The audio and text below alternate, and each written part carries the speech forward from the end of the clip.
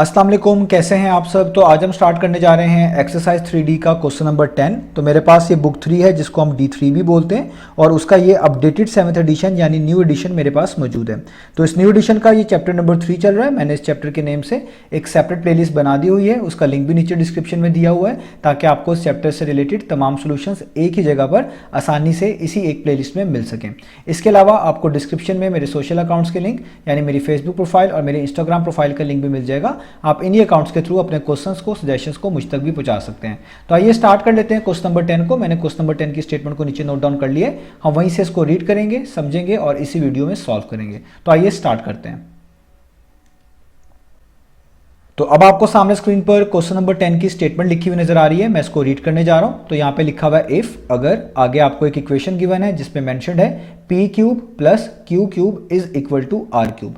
तो जो भी चीजें आपको इफ के बाद बताई जाती हैं वो आपके गिवन डेटा का पार्ट बनती हैं और गिवन डेटा की मदद से ही हमेशा आपका क्वेश्चन स्टार्ट भी होता है और वही गिवन डेटा आपको हेल्प भी कर रहा होता है अपने क्वेश्चन को सॉल्व करने में। तो यहाँ पर इफ के बाद आपको ये एक इक्वेशन बताई गई है, तो ये इक्वेशन सबसे इंपॉर्टेंट है। आपने इसी इक्वेशन से अपने क्वेश्चन को स्टार्ट भी करना है और यही इक्वेशन आपको हेल्प भी करेगी इस क्वेश्चन को सॉल्व करने में।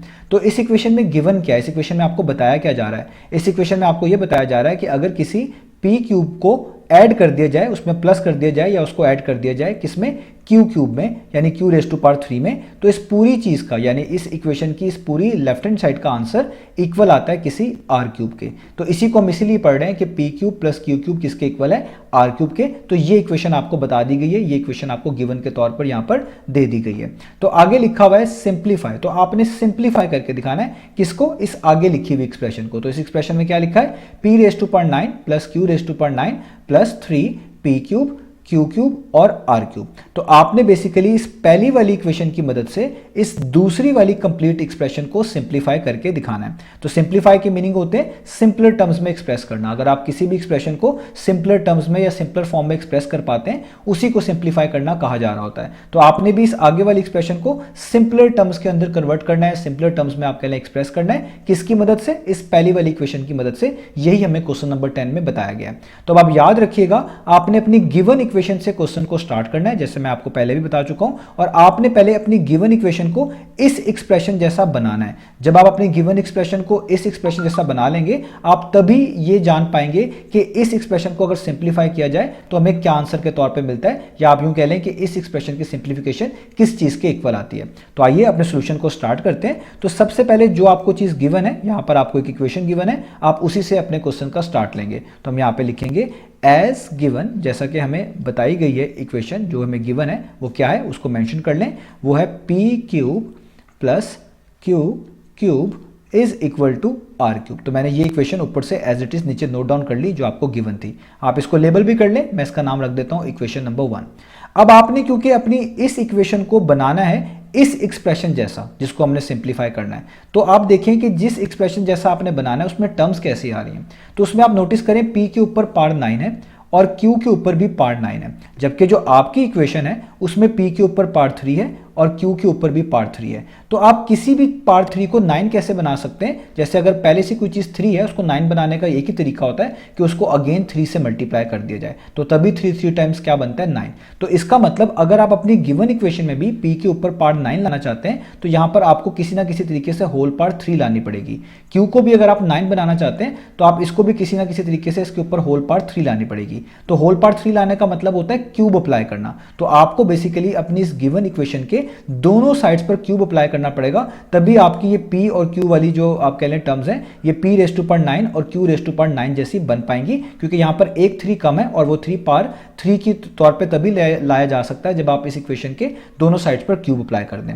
अब रह गई ये बाकी टर्म्स, तो ये जब आप यहाँ पर होल पावर 3 अप्लाई करेंगे ये टर्म्स उसी के अंदर ऑटोमेटिकली मैनेज हो जाएंगी, जो भी आपको मैं करके दिखाऊंगा। तो अभी आपका जस्ट ये फोकस है कि p के ऊपर भी किसी तरीके से पावर 9 बनाई जाए और q के ऊपर भी किसी तरीके से पावर 9 बनाई जाए, और यहाँ पर 3 पहले से मेंशन्ड है, 3 को 3 से मल्टीप्लाई करके 9 बनाया जाता है, यानी एक एक्स्ट्रा 3 चाहिए। तो जब भी आपको पावर 3 चाहिए हो अपनी इक्वेशन के अंदर तो आप हमेशा दोनों साइड्स पर क्यूब अप्लाई करते हैं। तो इसलिए हम यहाँ पर भी अपनी इस इक्वेशन के दोनों साइड्स पर क्या अप्लाई करेंगे, क्यूब अप्लाई करेंगे। तो हम यहाँ पे लिखेंगे taking cube on both sides. तो हम अपनी गिवन इक्वेशन की दोनों साइड्स पर क्यूब अप्लाई कर देंगे। और क्यों अप्लाई कर रहे हैं? ताकि हमारी इक्वेशन के अंदर उस तरह की टर्म्स आ सकें जो इस एक्सप्रेशन के अंदर मौजूद है, जिसको हमने सिंप्लीफाई करके दिखाना है। क्योंकि हम अपनी इक्वेशन को पहले इस एक्सप्रेशन जैसा बना पाएंगे तो तभी हम ये बता पाएंगे कि इस एक्सप्रेशन को सिंप्लीफाई किया जाए तो ये किस चीज के इक्वल आते हैं। तो अब आप कर लें, क्यूब अप्लाई कर लें दोनों साइड्स पे। तो इस इक्वेशन की लेफ्ट हैंड साइड पे लिखा हुआ है P cube plus q cube. आप पहले इसको इस तरह लिखें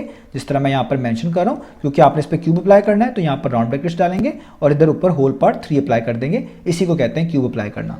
इसी तरीके से आप देखें इस इक्वेशन के राइट हैंड साइड पे भी आपको सेम क्यूब ही अप्लाई करना है, क्योंकि इक्वेशन के दोनों साइड्स पर एक जैसी पार्ट्स ही अप्लाई की जाती हैं। तो यहाँ पे आर क्यूब पे भी आपको क्यूब अप्लाई करना होगा, तो आप आर क्यूब को वैसे लिख लें, यहाँ पे राउंड ब्रैकेट्स यूज करें और इसके ऊपर भी आप पार्ट 3 यानी क्यूब अप्लाई कर दें। तो हमने क्यूब अप्लाई कर दिया।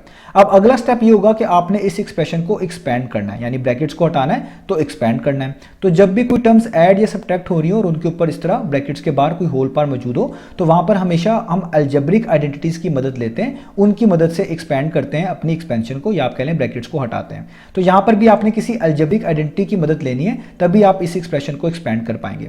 तो वो किस तरह पता चलेगी? आप देखें कि आपके पास जो चीज गिवन है वो किस फॉर्म में है। आपके पास यहाँ पर दो टर्म्स हैं पी क्यूब और क्यू क्यूब, वो ऐड हो रही है और राउंड ब्रैकेट्स के बाहर ऊपर होल पार्ट 3 मौजूद है, यानी क्यूब मौजूद है।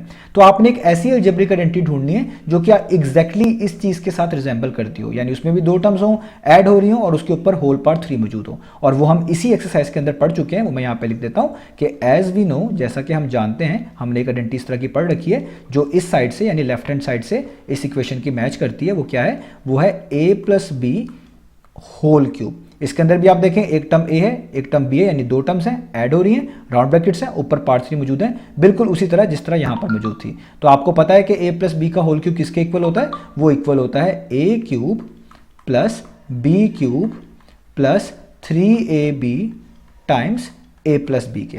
अब यहां पर a से मुराद पहली टर्म होती है, तो आपके पास जो पहली टर्म है वो है p क्यूब, और b से मुराद ये दूसरी टर्म होती है, तो आपके पास जो b है वो क्या है? q cube.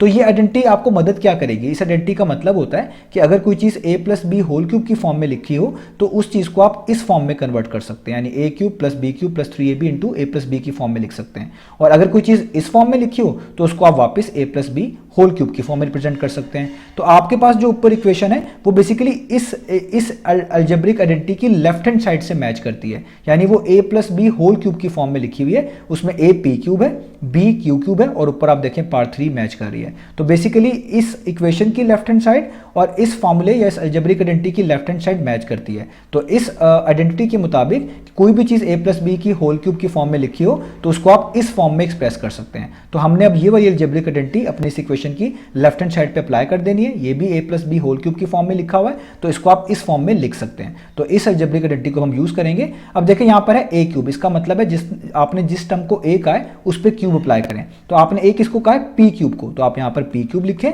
और इस पे क्यूब अप्लाई कर दें इस तरीके से। आगे लिखा हुआ प्लस का साइन, आप भी प्लस का साइन डालें।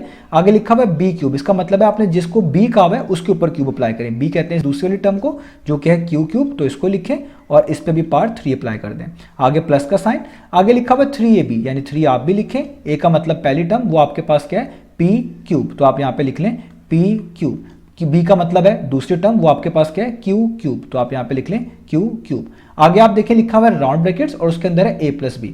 इस a प्लस बी का मतलब होता है जो यहाँ पर पार्ट 3 के नीचे आपको लिखा हुआ नजर आ रहा होता है राउंड ब्रैकेट समेत। तो आप अपने केस में देखें पार्ट 3 के नीचे राउंड ब्रैकेट्स के साथ क्या लिखा हुआ है? p cube plus q cube, तो यही चीज आपकी a प्लस बी है। तो आप यहाँ पे राउंड ब्रैकेट डालेंगे और इसी चीज को as it is note down कर लेंगे, यानी p cube plus q cube. तो इस पार को इग्नोर कर दिया करें, जो बाकी चीज बचती है वही आपके पास a प्लस बी होती है। तो देखें आपने अपनी इस लेफ्ट हैंड साइड को जो है एक्सप्रेस कर दिया किस फॉर्म में? a cube plus b cube plus 3ab into a plus b की फॉर्म में। तो यहां पर आपने ये आइडेंटिटी अप्लाई कर दी। आगे चले, अब यहां पर एक इंपॉर्टेंट लॉ है जो आपने याद रखना है कि अब यहां पर लिखा हुआ है r रेज़ टू पावर 3 और इधर ब्रैकेट्स के बाहर ऊपर होल पावर 3 मौजूद है। तो जब भी आपके पास ब्रैकेट्स के अंदर कोई ऐसी टर्म लिखी हुई नजर आए जिसके ऊपर कोई पार मौजूद हो और ब्रैकेट्स के बाहर भी कोई होल पार के तौर पे पार मौजूद हो, तो हमेशा ये दोनों नंबर्स जो हैं जो कि पार्ट्स के तौर पे आ रहे होते हैं, एक होल पार के तौर पे आ रहा होता है और एक जस्ट इस आर की पार के तौर के ऊपर आ रहा होता है, यानी टर्म की पार के तौर के ऊपर आ रहा होता है। तो आप हमेशा इन नंबर्स को मल्टीप्लाई कर देते हैं। ये लॉ है बेसिकली इंडेक्स का। तो आप क्या करेंगे? इस आर को वैसे लिखेंगे और इनकी जो ये पार्ट्स होती है ना, एक होल पार और एक ये इनसाइड वाली पार, इनको हमेशा मल्टीप्लाई करके लिखा जाता है। तो ये वाला 3 और ऊपर वाला 3 हमेशा मल्टीप्लाई हो जाता है, तो 3 3 टाइम्स कितना होता है? वो होता है 9। यानी आप इस आर क्यूब और इस होल क्यूब को जो इसके ऊपर मेंशन्ड है इसको आप सिंप्लीफाई करके लिख सकते हैं आर, यानी आर वैसे ही आएगा, और ये दोनों पार्ट जो हैं एक होल पार्ट और एक सिंपल, इन दोनों को आप हमेशा मल्टीप्लाई करके यहाँ पर लिखा करेंगे। तो 3 टाइम्स कितना होता है 9, तो ये आपने रूल याद रखना है। तो यहाँ पे क्या आ गया आर रेज़ टू पावर 9। अब आगे हम सॉल्व करते हैं तो देखिए यही सेम रूल यहाँ पर भी अप्लाई होगा। यहाँ पे आप ब्रैकेट्स के अंदर देख सकते हैं लिखा हुआ है पी क्यूब और ऊपर होल पावर 3 मौजूद है। तो ऐसे केसेस में जो होल पावर मौजूद होती है और जो नीचे टर्म की पावर मौजूद होती है इनको मल्टीप्लाई करके लिखा जाता है, यानी आप पी को वैसे ही लिखेंगे और ये वाला 3 और ये वाला 3 मल्टीप्लाई हो जाएगा। सो 3 टाइम्स 9, तो यहाँ पे लिखा जाएगा पी रेज़ टू पावर 9। इधर भी सेम लॉ लगेगा। आप देखिए राउंड ब्रैकेट्स है, अंदर एक टर्म लिखी हुई है जिसके ऊपर पावर मौजूद है और ऊपर होल पावर भी मौजूद है ब्रैकेट्स के बाहर। तो ऐसे केस में ये होल पावर और ये जो टर्म के ऊपर इधर एक्सपोनेंट के तौर पे या पावर के तौर पे चीज लिखी होगी, आप इन दोनों नंबर्स को मल्टीप्लाई करके पावर के तौर पे लिखेंगे। तो ये दोनों 3 है, तो 3 टाइम्स 9, तो यहाँ पे हो जाएगा क्यू रेज़ टू पावर 9। आगे आप इन सब चीज़ों को वैसे उतार लें, यहाँ पे आ जाएगा 3 पी क्यूब क्यू क्यूब और आगे ये पी क्यूब वैसे, उसमें प्लस क्यू क्यूब वैसे का वैसे और इक्वल टू का साइन वैसे और आर रेज़ टू पावर 9 वैसे, जहां तक हमने कर लिया। अब आप देखें आप जिस एक्सप्रेशन को बनाना चाहते थे उसमें क्या क्या चीज़ें थी। तो उसमें देखिए P9 था, क्यू रेज़ टू पावर 9 था, ये दोनों टर्म्स हमने बना ली, और 3 p raise to power 3 q raise to power 3 और आर रेज़ टू पावर 3 था। तो आप देखिए ये भी आपने यहाँ पे बना लिया, p raise to power 3 q raise to power 3 3 भी, just r raise to power 3 missing है। आप देखिए यहाँ पर आर रेज़ टू पावर 3 था और हमारे पास जो ये वाली एक्सप्रेशन है इसमें आर रेज़ टू पावर 3 नहीं है। और दूसरी ये जो पूरी की पूरी एक एक्स्ट्रा चीज़ है ये भी आपके पास आपकी ऊपर वाली एक्सप्रेशन में मौजूद नहीं थी। तो अब आपने क्या करना है, एक तो आर क्यूब को लेके आना है और दूसरा ये जो एक्स्ट्रा चीज़ आ रही है इसको यहाँ पर रिमूव करना है, तभी आप कह पाएंगे कि आपने इस एक्सप्रेशन को एग्जैक्टली इस वाली एक्सप्रेशन जैसा बनाया है जिसको हम सिंप्लीफाई करना चाहते हैं इस इक्वेशन की मदद से।